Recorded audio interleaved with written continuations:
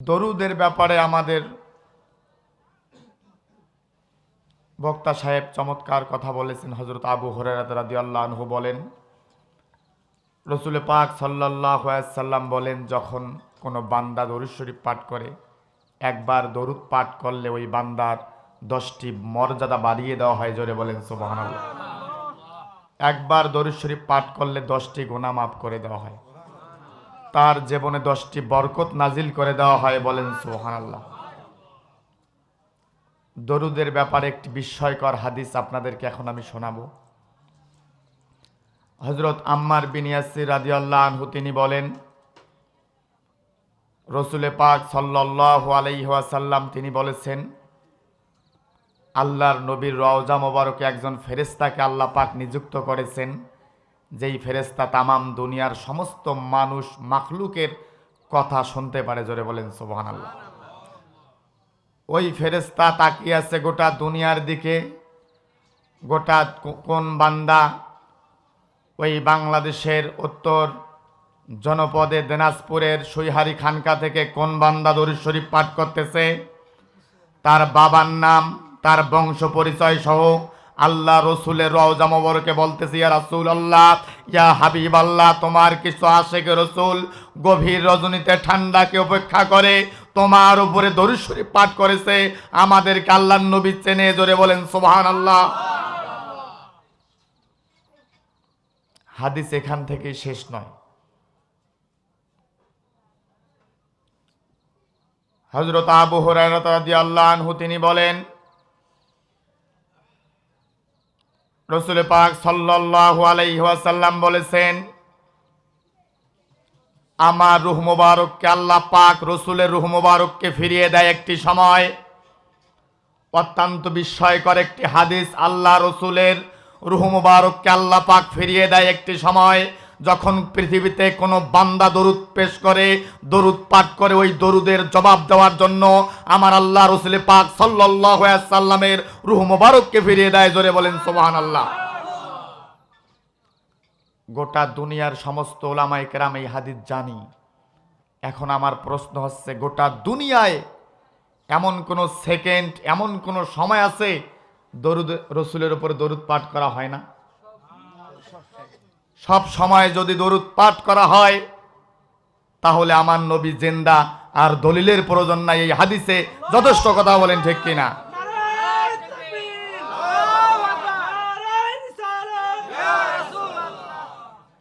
এখন আসেন, যারা কথায় কথায় কোরআনুল কারীমের দলিল দেন, কোরআনুল কারীম হলো মহাবিশ্বের একটা মহাবিস্ময়কর কিতাব। এই সৃষ্টির জগতে অসংখ্য নবী আম্বিয়া আলাইহিস সালাম এসেছিলেন। সমস্ত কিতাবের সারমর্ম হলো কোরআনুল কারীম। জোরে বলেন সুবহানাল্লাহ।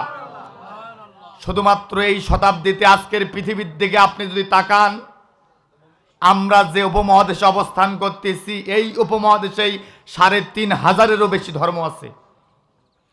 তাহলে গোটা দুনিয়ায় কত আছে? তামাম সৃষ্টি থেকে, সৃষ্টির সূচনা লগ্ন থেকে মানুষ আসার পর কত ধর্ম ছিল?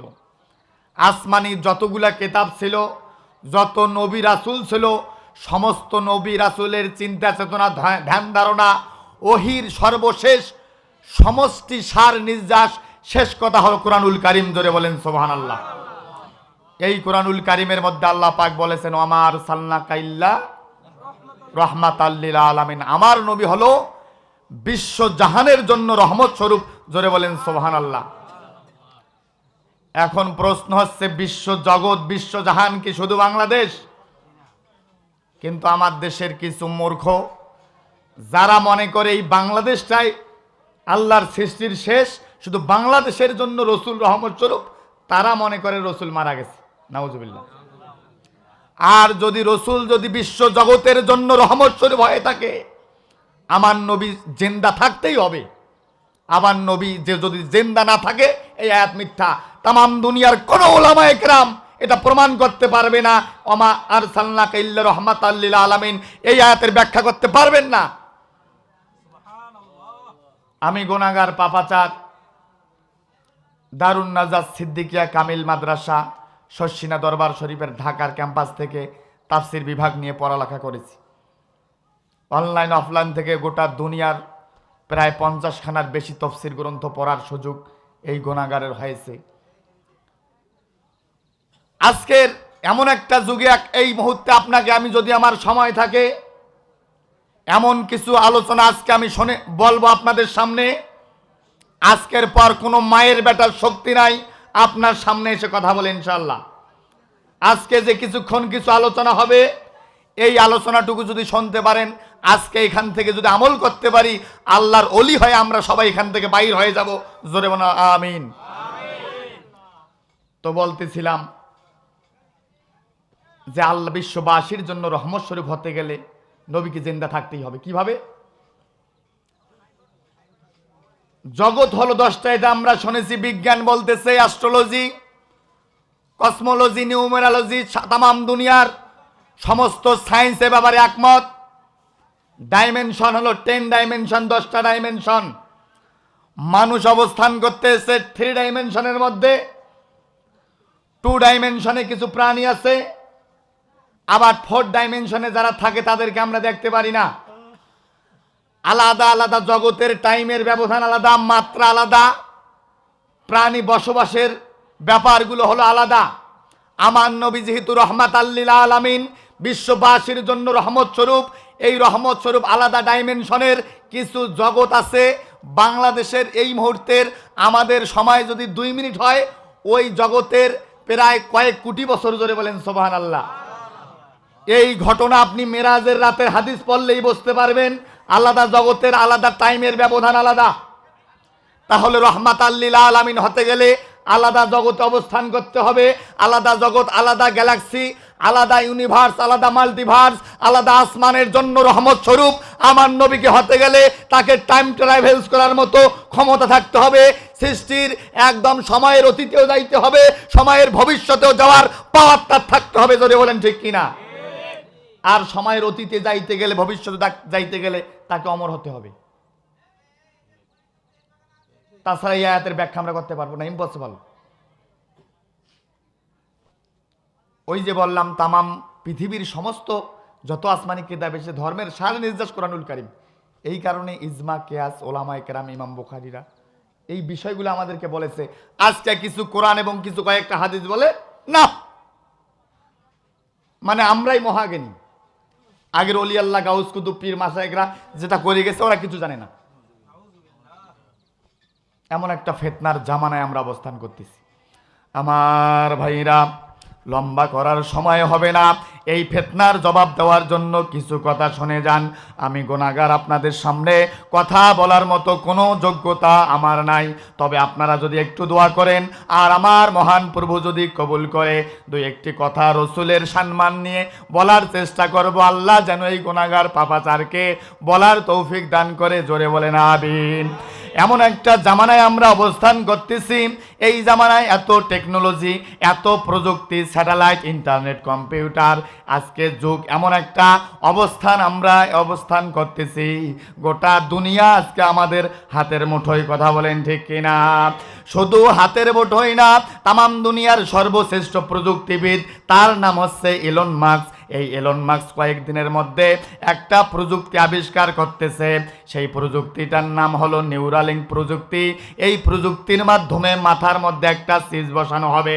এই চিপসটা বসিয়ে আপনি শুধু কারো সঙ্গে কথা বলার চেষ্টা করবেন, আপনার আমেরিকার কথা হয়ে যাবে, ডেনমার্কে কথা হয়ে যাবে, নিউ ইয়র্ক সিটিতে কথা হয়ে যাবে, যেখানে গোটা দুনিয়ার যেখানে কথা বলতে চান সব জায়গায় কথা হয়ে যাবে।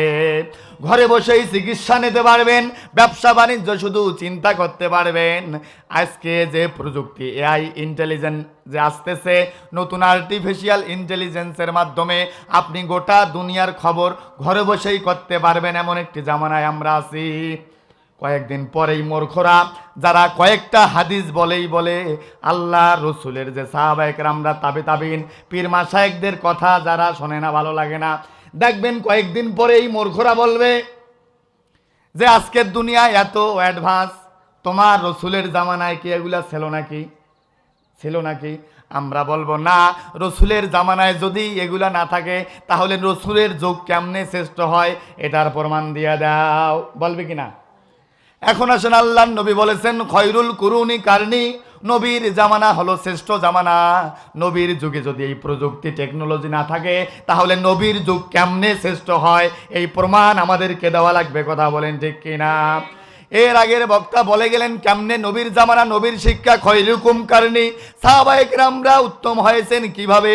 সাহাবায়ে কেরামরা যে টেকনোলজি প্রযুক্তি শিখেছে, এই দুনিয়া আমরা প্রযুক্তিকে যদি 10টা ভাগে ভাগ করি, আজকে আমরা অবস্থান করতেছি 0.7-এ। টাইপ 1 সিভিলাইজেশনে মানুষ যখন যাবে, বৃষ্টিকে ঘূর্ণিঝড়কে মানুষ নিয়ন্ত্রণ করতে পারবে। বিজ্ঞানের কথা। আর আল্লাহর নবী এর থেকে সেরা প্রযুক্তি সাহাবায়ে কেরামদেরকে শিখিয়েছেন। জোরে বলেন সুবহানাল্লাহ। কেমনে শিখিয়েছেন আমার ভাইরা? এবার ভালো করে কান লাগান। আল্লাহর নবীর সাহাবী হযরতে আমিরুল মুমিনিন ওমর মসজিদে নববীর মধ্যে বসে তিনি খুতবা দিতেছেন।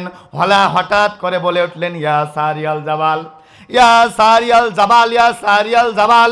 হযরত আব্দুর রহমান বিন আউফ তিনি সাহস করে বললেন, আমিরুল মুমিনিন, হঠাৎ করে আপনার কি হয়ে গেল? খুতবার মধ্যে আপনি বলে উঠলেন ইয়া সারিয়াল জাবাল।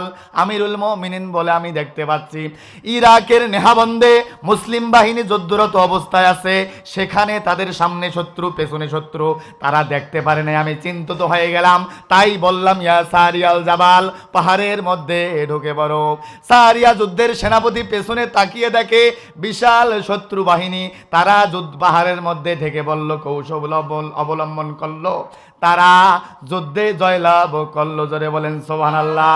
সবাই বলা বলি করলো, আমরা আমিরুল মুমিনিনের ওমরের কথা শুনতে পেলাম, কিন্তু ওমর তো এখানে নাই। যুদ্ধ শেষ করে এসে বললেন, আমিরুল মুমিনিন, আমরা আপনার কথা শুনতে পেয়েছি। সবাই সাক্ষী দিল, জুমার দিনে তোমরা যখন যুদ্ধরত অবস্থায়, আমিরুল মুমিনিন এখান থেকে বলেছিল, ইয়া সারিয়াল জাবাল, হে সারিয়া পাহাড়ের মধ্যে ঢেকে পড়ো। আমিরুল মুমিনিন এখানে বলেছিলেন মসজিদে নববীর মধ্যে। এই কথা ইরাকের নেহাবন্দে পৌঁছে গেছে। জোরে বলেন সুবহানাল্লাহ। এই মূর্খদেরকে প্রশ্ন করবেন, এটা কোন প্রযুক্তি ছিল? কথা বলে এদেরকে বলবেন এটা কোন প্রযুক্তি ছিল, বলে যান। এত হাদিস জানেন, এত কিছু জানেন, উত্তর দিয়ে যান কোন প্রযুক্তি এটা ছিল। আমার ভাইরা, লম্বা করার সময় হবে না। মানুষের এই মাথা মাত্র 3 পাউন্ড, মেমোরির ওজন, মস্তিষ্কের ওজন 3 পাউন্ড। এখানে এত পরিমাণ মস্তিষ্কের পাওয়ার, 2.5 পেটাবাইট মেমোরির ধারণ ক্ষমতা। 1 petabyte is equal to 1000 terabyte, 1000 terabyte. 1 terabyte হলো 10 মিলিয়ন গিগাবাইট। মানব মস্তিষ্ক 7.8 বিলিয়ন বই মুখস্থ করতে পারে। আল্লাহ পাক মানুষের মেমোরিতে, মানুষের ব্রেনের মধ্যে 100 বিলিয়ন নিউরন দিয়েছেন। এটার সঠিক ব্যবহার যদি মানুষ করতে পারে, আজকের বিজ্ঞানীরা বলতেছে মানুষ চোখের পলকে একবার চোখ বিলিং করার সঙ্গে সঙ্গে গোটা দুনিয়ার সমস্ত ইনফরমেশন, সমস্ত তথ্য বলে দেওয়ার ক্ষমতা রাখে। জোরে বলেন সুবহানাল্লাহ। এই মানব মস্তিষ্কের যদি 15% ব্যবহার আমরা করতে পারি, তামাম দুনিয়ার এই শতাব্দীর শ্রেষ্ঠ বিজ্ঞানী, আইনস্টাইনের থেকে বড় বিজ্ঞানী আমরা হয়ে যাব। জোরে বলেন সুবহানাল্লাহ। 30% যদি আমরা ব্যবহার করতে পারি, চোখের পলকেই গোটা দুনিয়ার সমস্ত তথ্য বলে দিতে পারবো। জোরে বলেন সুবহানাল্লাহ। এখন বলবেন যে হুজুর এতক্ষণ যাব তো যা আওয়াজ করতেছিলেন ভালো ছিল, এখন আপনি যেগুলো বিজ্ঞানের কথা বলেছেন, এ ব্যাপারে আমাদের কোরআন হাদিস, আমাদের নবীর শিক্ষা, সাহাবায়ে কেরামরা এই ব্যাপারে কি শিখেছে আপনি একটু বলে যান। আমার ভাইরা, তাহলে এবার একটু তাকান।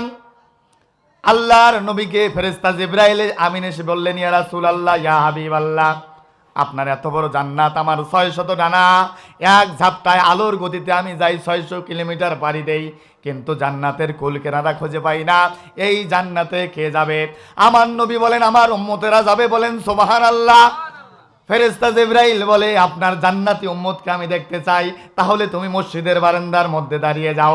মানুষের রূপ ধারণ করে ফেরেশতা জিবরাইল আমিন সেখানে দাঁড়িয়ে গেলেন। দেখলেন যে সবার আগে আবু বকর আসলেন, সবার পরে বাহির হয়ে গেলেন। আবু বকরের হাতখানা ধরে বলেন, আবু বকর, বলেন তো আপনি ফেরেশতা জিবরাইল এখন কোথায় আছে? আবু বকর চোখ বন্ধ করে দিলেন। ফেরেশতা জিবরাইল কোথায় বলতে পারলেন না, দ্বিতীয়বার চোখ বন্ধ করলেন, বলতে পারলেন না, শেষবারের পর বললেন আপনি হলো ফেরেশতা জিবরাইল। জোরে বলেন সুবহানাল্লাহ। ফেরেশতা জিবরাইল বলল, আল্লাহর নবীর সাহাবী আবু বকর, আপনি কিভাবে বললেন আমি ফেরেশতা জিবরাইল? আবু বকর বলে, আমি প্রথমবার চোখ বন্ধ করলাম, চোখ বন্ধ করে গোটা দুনিয়া খুঁজলাম, ফেরেশতা জিবরাইল নাই। দ্বিতীয়বার সমস্ত জগৎ খুঁজলাম, ফেরেশতা জিবরাইল নাই।